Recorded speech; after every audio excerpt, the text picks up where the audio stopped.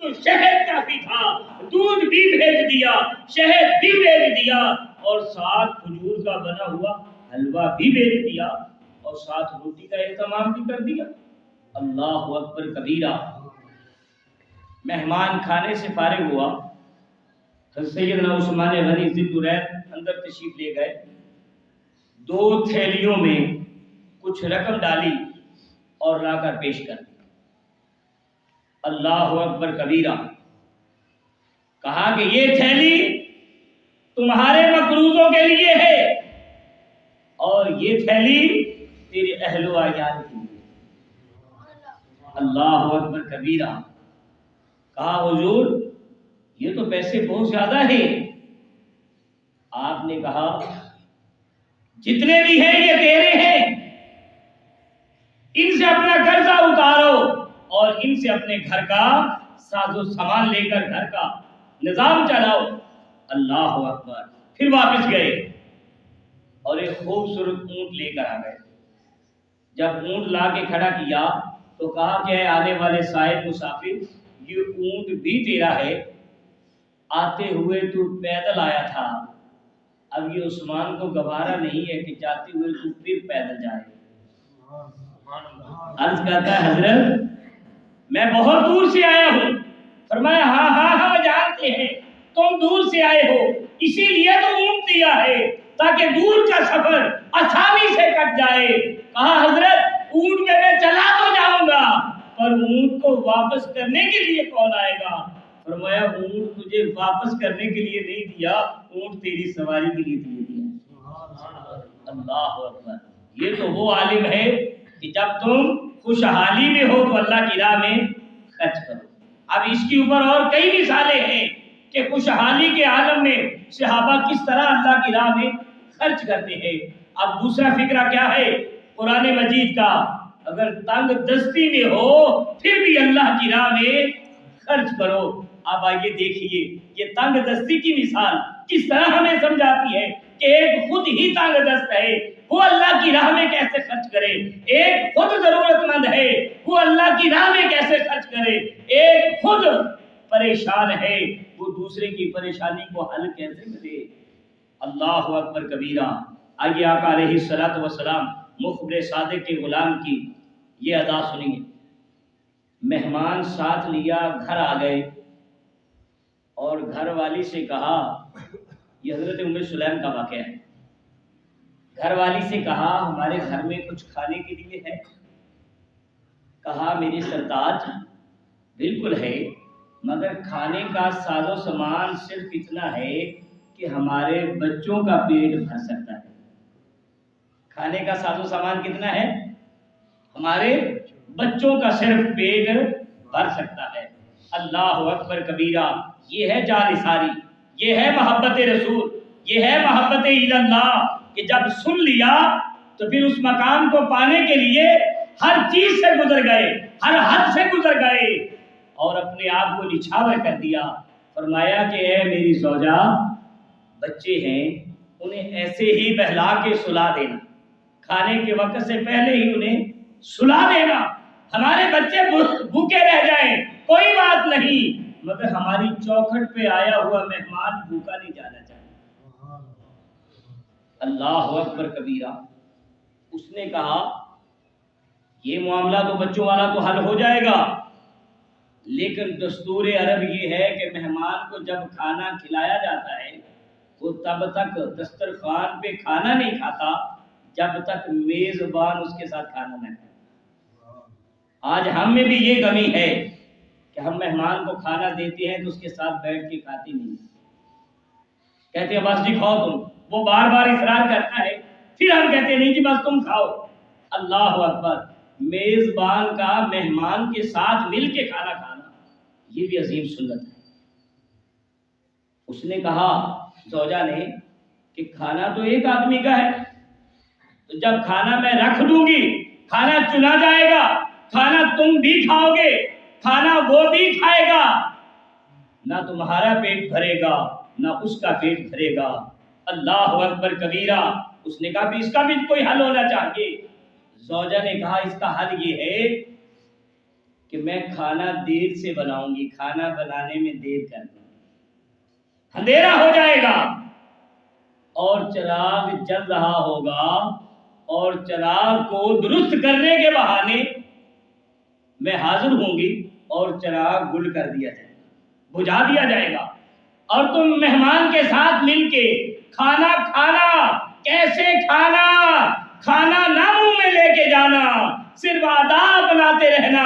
تمہارا ہاتھ بھی بڑھنا چاہیے، تمہارا منہ بھی ہلنا چاہیے، مہمان کو یہی اندازہ ہو کہ میزبان میرے ساتھ کھانا کھا رہا ہے، لیکن تم صرف ادا کے ساتھ کھانا کھانا، اور اس طرح ہمارے مہمان کا پیٹ بھر جائے گا۔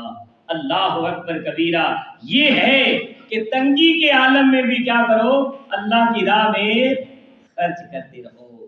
دوسرا اس کا یہ معاملہ بھی بنتا ہے کہ آپ کے حالات کمزور ہو گئے ہیں، اور ایسا ہوتا ہے ایک آدمی دوسرے سے جا کے سوال کرتا ہے، بھائی میرا یہ سوال پورا کر دو، وہ آگے سے جواب دیتا ہے، بھائی میں تیرا سوال کیسے پورا کروں؟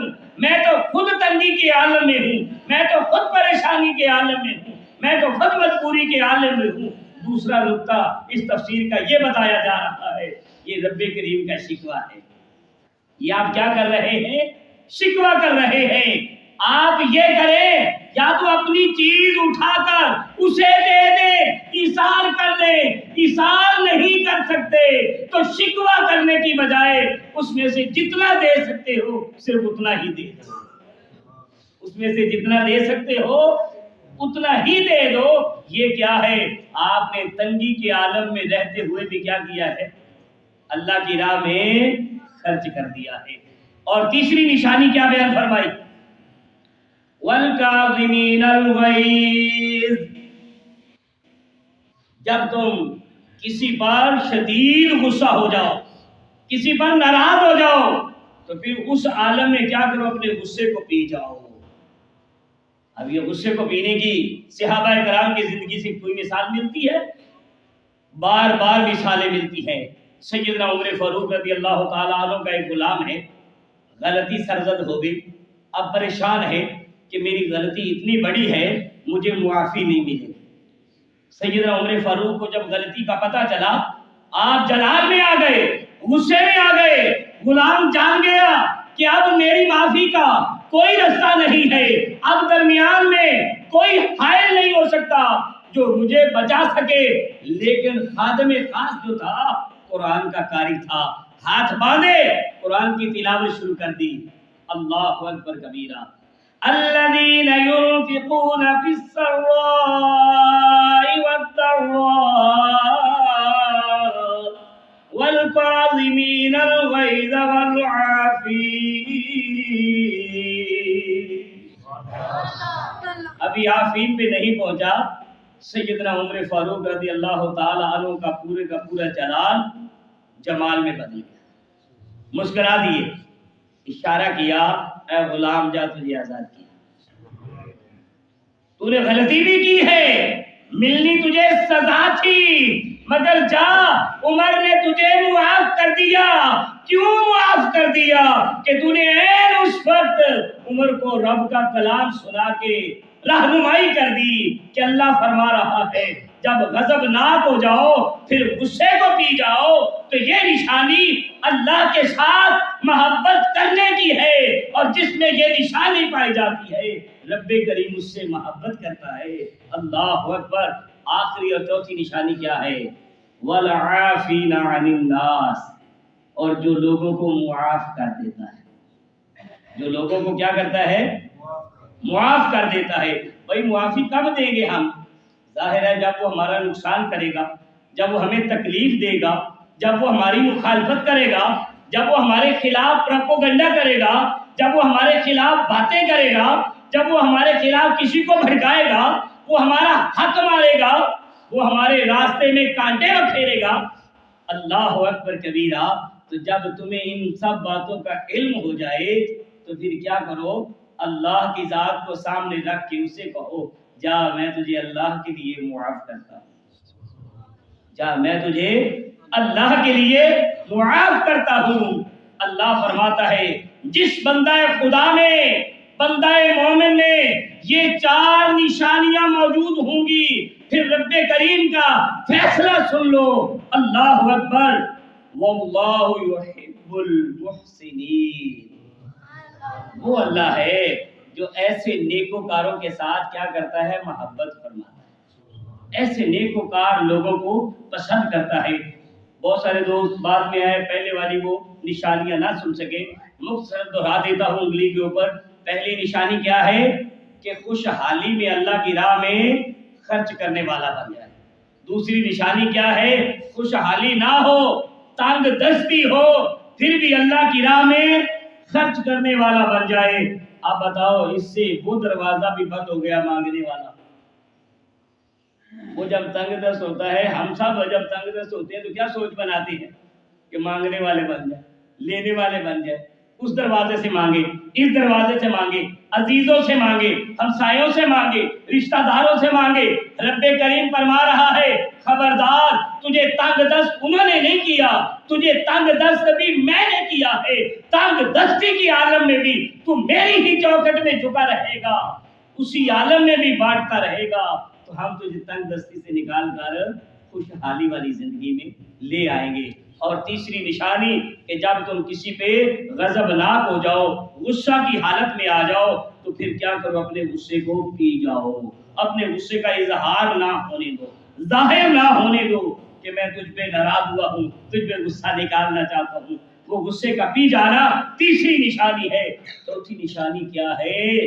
ظاہر ہے جب غصے کو پی جاؤ گے تو پھر معافی بنتا ہے۔ کیا آپ نے اسے کیا کیا ہے؟ معاف کر دیا ہے۔ یہ نہیں ہے کہ غصہ تو پی لیا ہے لیکن دل میں مخاصمت رکھ لی ہے، دل میں عداوت رکھ لی ہے، دل میں دشمنی رکھ لی ہے، دل میں مخالفت رکھ لی ہے۔ نہیں، ایسی بات نہیں ہے۔ دل سے اسے کیا کرو؟ معاف بھی کر دو۔ یہ 4 نشانیاں اپنے اندر پیدا کر لو۔ جن میں یہ 4 ہیں وہ شکر ادا کرنے والے بن جائے، جن میں 4 نہیں ہیں وہ 4 اپنے اندر پیدا کرنے والے بن جائیں کہ ہم نے خوشحالی میں بھی اللہ کی راہ میں خرچ کرنا ہے، تنگ دستی میں بھی اللہ کی راہ میں خرچ کرنا ہے، جب کوئی ہمیں غضبناک کرے گا غصے کو پی جانا ہے، اور چوتھی نشانی اللہ کے بندوں کو معاف کرنا ہے۔